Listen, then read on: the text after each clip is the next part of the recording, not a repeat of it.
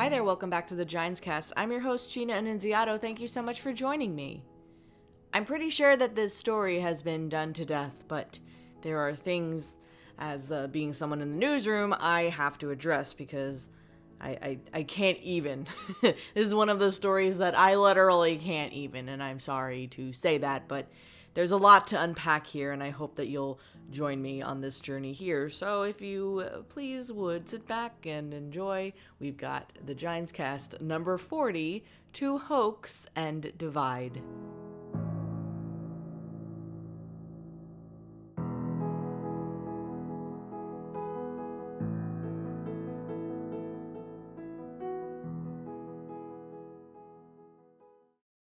Time flies when you're having fun in the newsroom.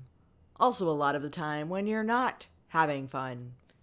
And it's hard to believe that this story that I'm about to explain here is almost a month old already.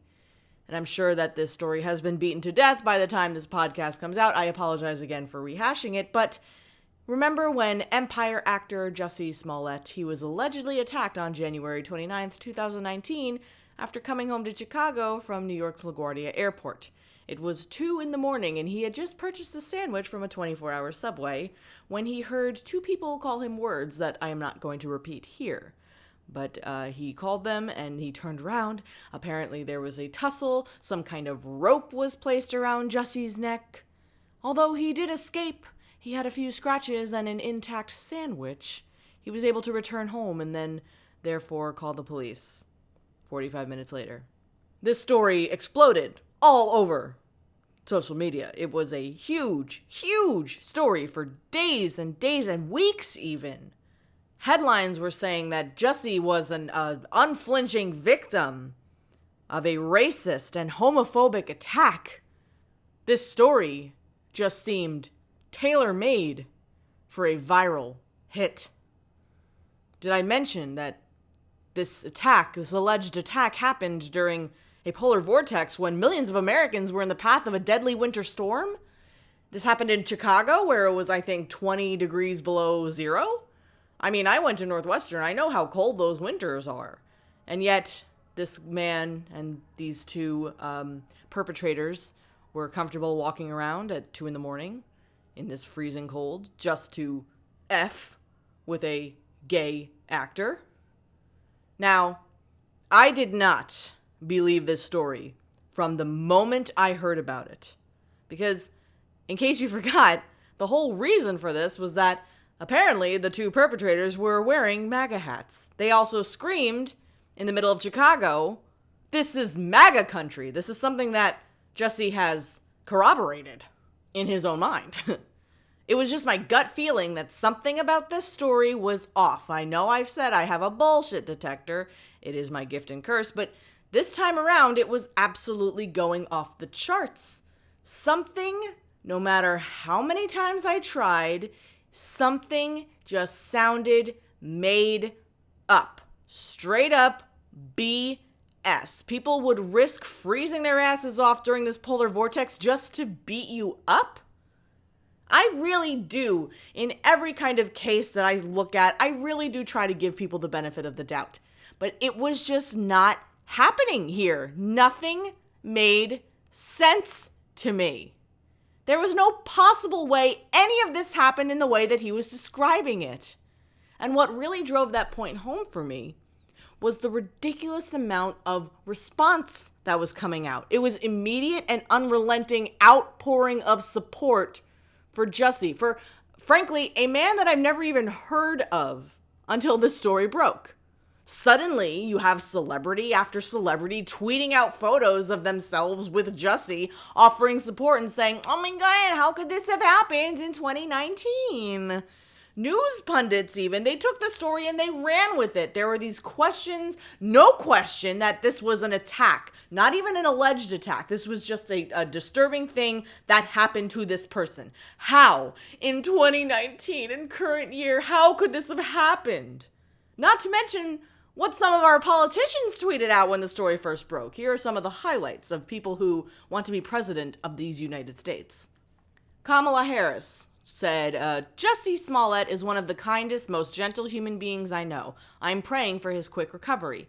This was an attempted modern-day lynching. Oh, thank you, Kamala, for using the word attempted, by the way. No one should ever have to fear for their life because of their sexuality or color of their skin. We must confront this hate.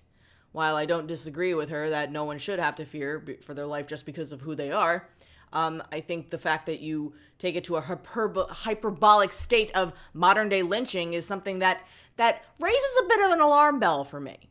New Jersey Senator Cory Booker, the vicious attack on actor Jussie Smollett was an attempted modern-day lynching. Where have I heard that before? I'm glad he's safe. To those in Congress who don't feel the urgency to pass our anti-lynching bill designated lynching as a federal hate crime, I urge you to pay attention.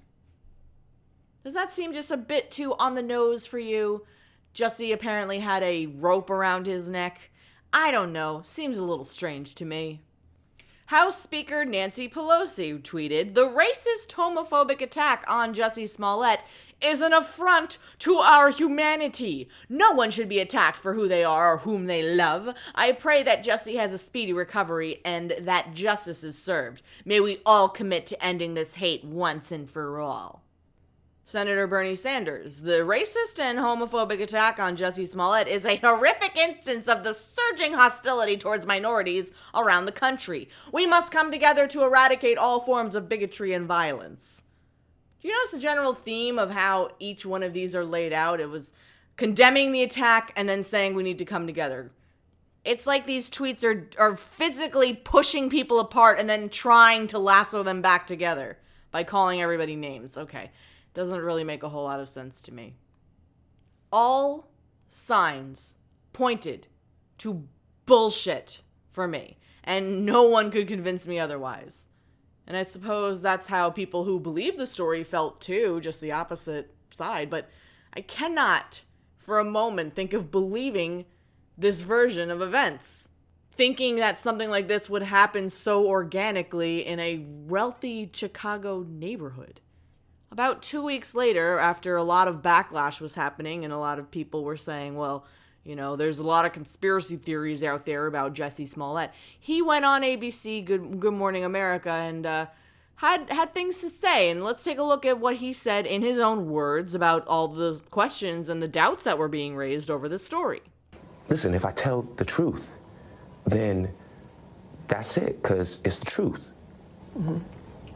Then it became a thing of like, oh, how can you doubt that? Like, how do you not believe that? It's the truth. And then it became a thing of like, oh, it's not necessarily that you don't believe that this is the truth.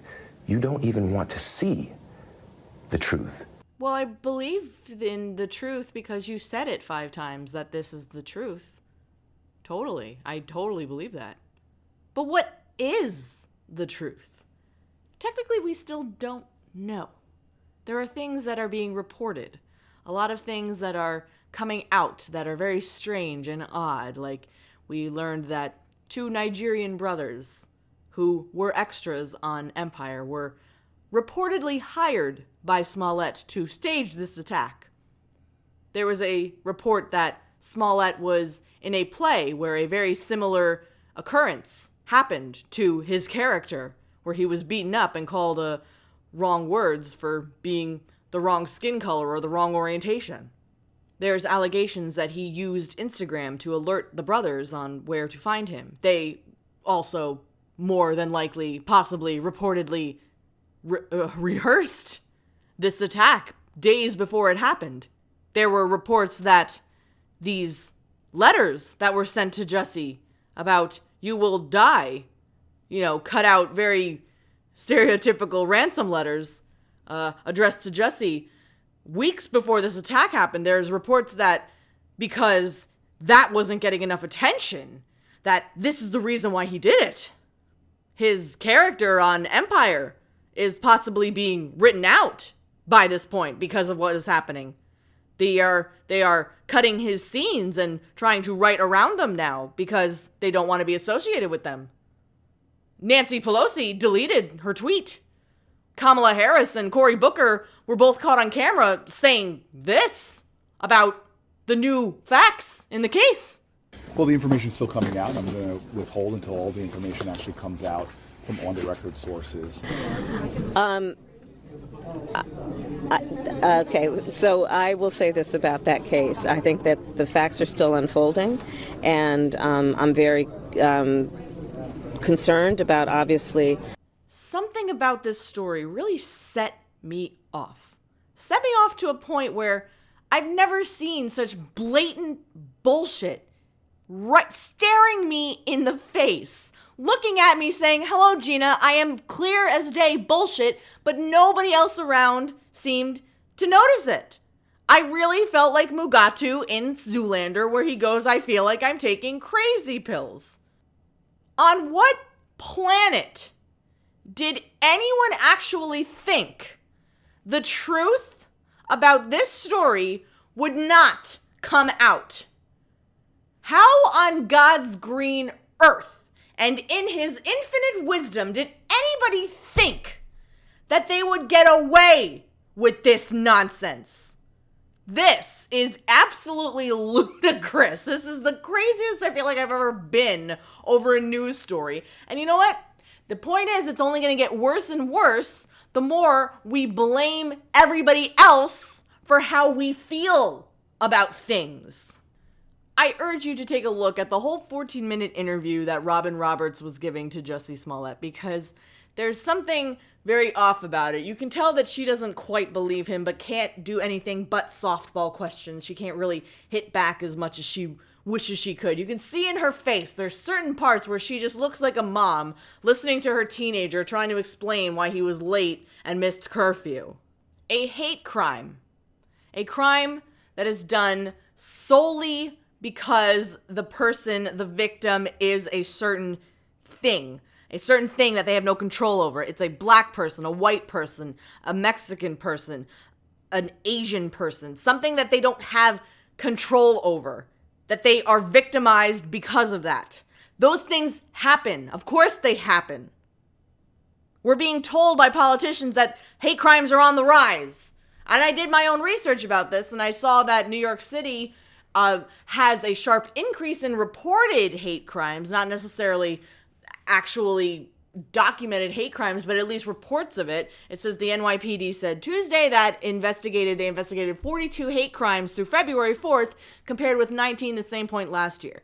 That is an increase, but I also don't know if these hate crimes were just reported or if they were convicted or prosecuted. I don't know. Washington, D.C. is also seeing a rise in anti-LGBT hate crimes reported in D.C. You got to look at the word reported versus convicted. You know, there's that discrepancy there where the blanket statement of, oh, they're on the rise sounds good, but you got to dig a little deeper just to make sure that, you know, you see what the reality of the situation is. And I don't, please believe me, I don't doubt that people are victimized in a hate crime way. I know that they are. But things like this that do occur, things like this only set to divide and show a reality, a quote-unquote reality that has to be manufactured in order to bring attention to it, is ruining any victim's chance of being believed. There's a sense of not wanting to divide people, correct? We have this whole big thing where we're existing in a space with one another where we don't want people divided. We want to make sure that people come together. But how can you do that when Jussie himself says this? Listen to this quote, which just blew me away. It feels like if I had said it was a Muslim or a Mexican or someone black, I feel like the doubters would have supported me a lot more. And that says a lot about the place that we are in our country right now. The fact that we have these fear mongers, these people that are trying to separate us, and it's just not okay. You're right, Jussie. It does say a lot about the place where you are in the country right now. That's a feeling. He said it feels like twice. And this is where the issue lies for me. We talk about feelings a lot. It feels this way. Well, that's okay. It's allowed to feel this way. We're allowed to feel like, yeah, the country's divided and there's absolutely no going back, and the president's a racist and the president's a sexist. We're allowed to feel that way, but When do you take off those blinders? When do you take off those feelers, those things that are around your head and around your ears, where you actually see what's going on instead of just what you feel is going on?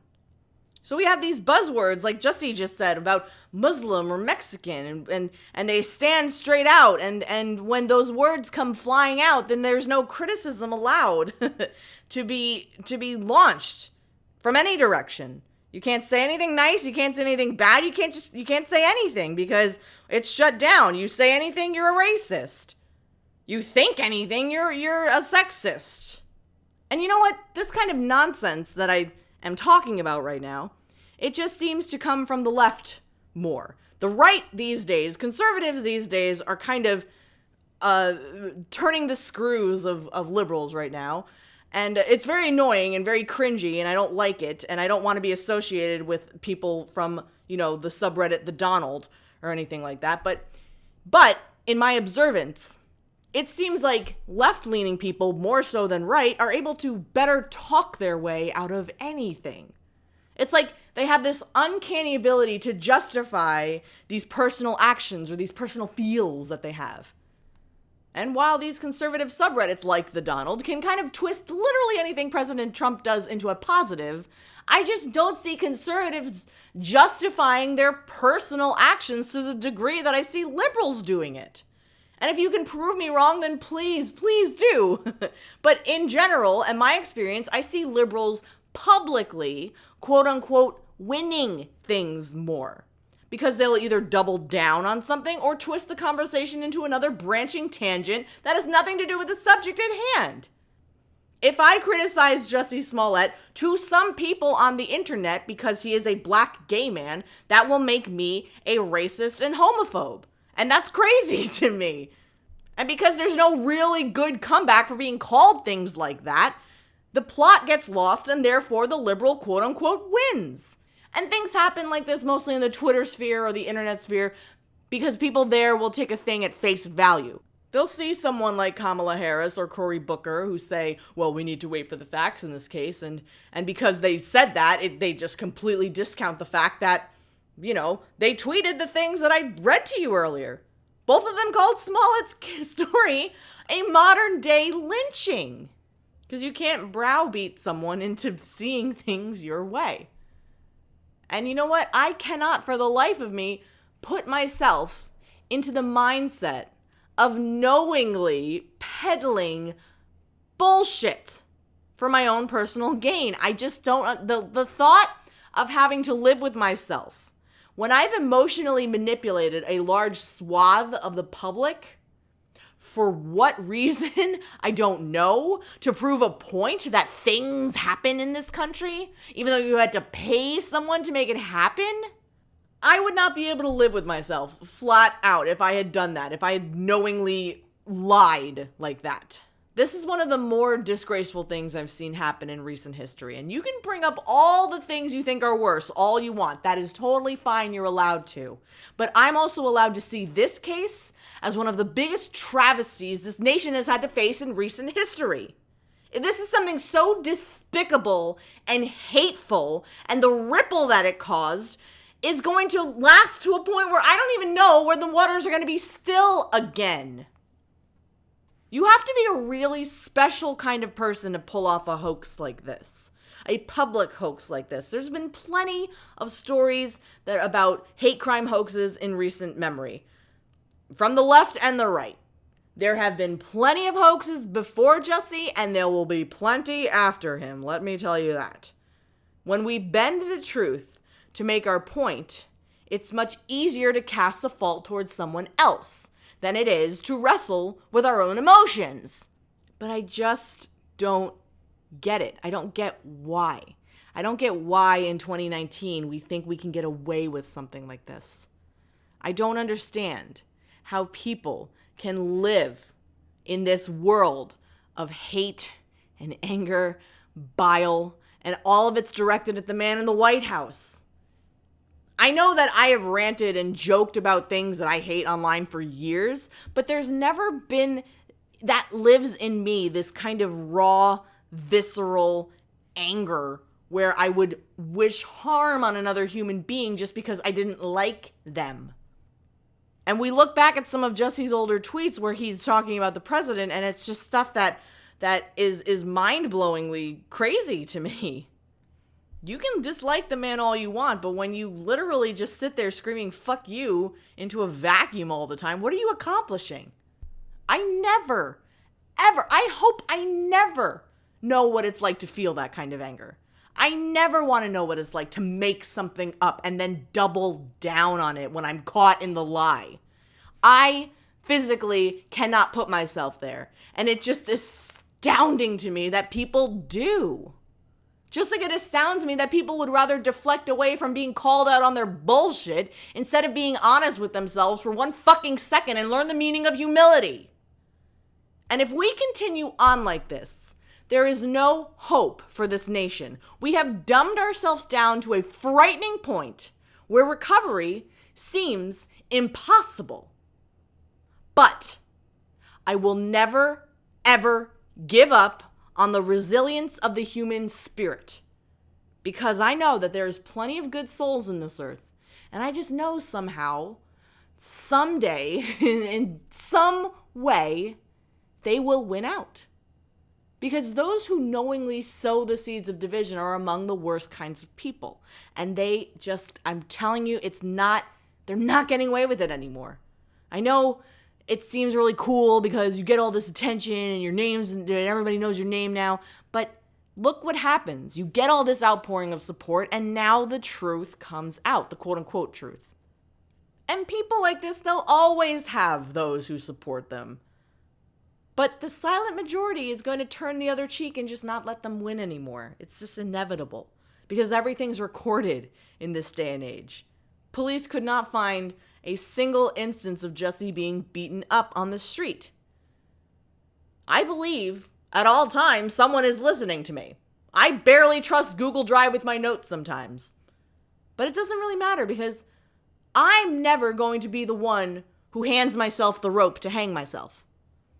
And we all have the potential to be that person. But as long as I live an honest life, saying what's on my mind and not trying to elevate myself to a level that is inauthentic, I can never lose, and neither can you. Like I said, hate crimes do happen, and they do exist. Just the other day, there was a guy who was recording this drunk asshole in Utah, and the drunk asshole looks at the guy and says, "Oh, you a gay guy, a homosexual?" And I think he used the word, faggot. And all of a sudden, this guy, without warning, just punched the guy in the face. Knocked his phone out of his hand. It was all on camera. That's a hate crime. There was another report that a man was arrested for pulling a gun on two people wearing MAGA hats. Is that a hate crime? Probably, in this day and age.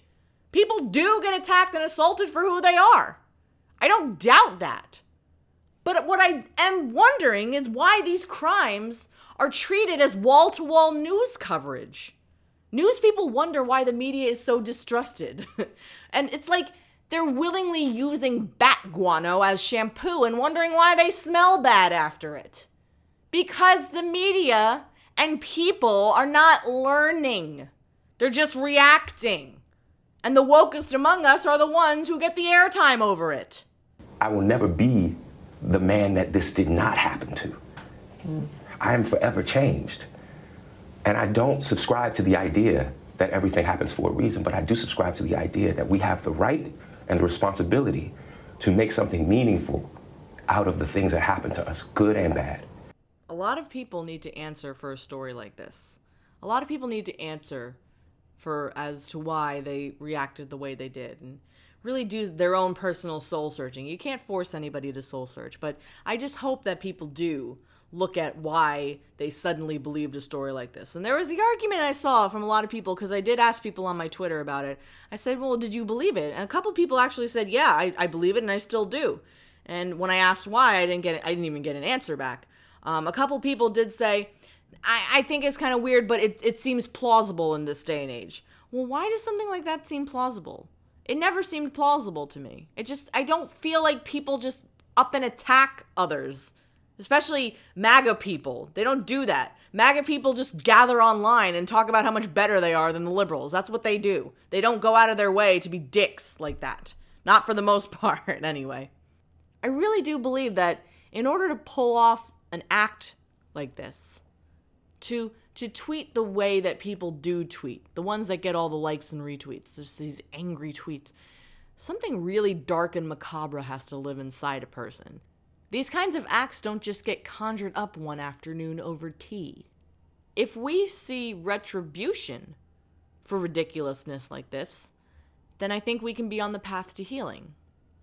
But in the meantime, we're going to see a lot more bullshit springing up. It's inevitable. But we're piling it on to ourselves too much. We're letting it weigh us down, and we can't anymore. We can't jump to conclusions right away. We can't publicly jump to conclusions right away.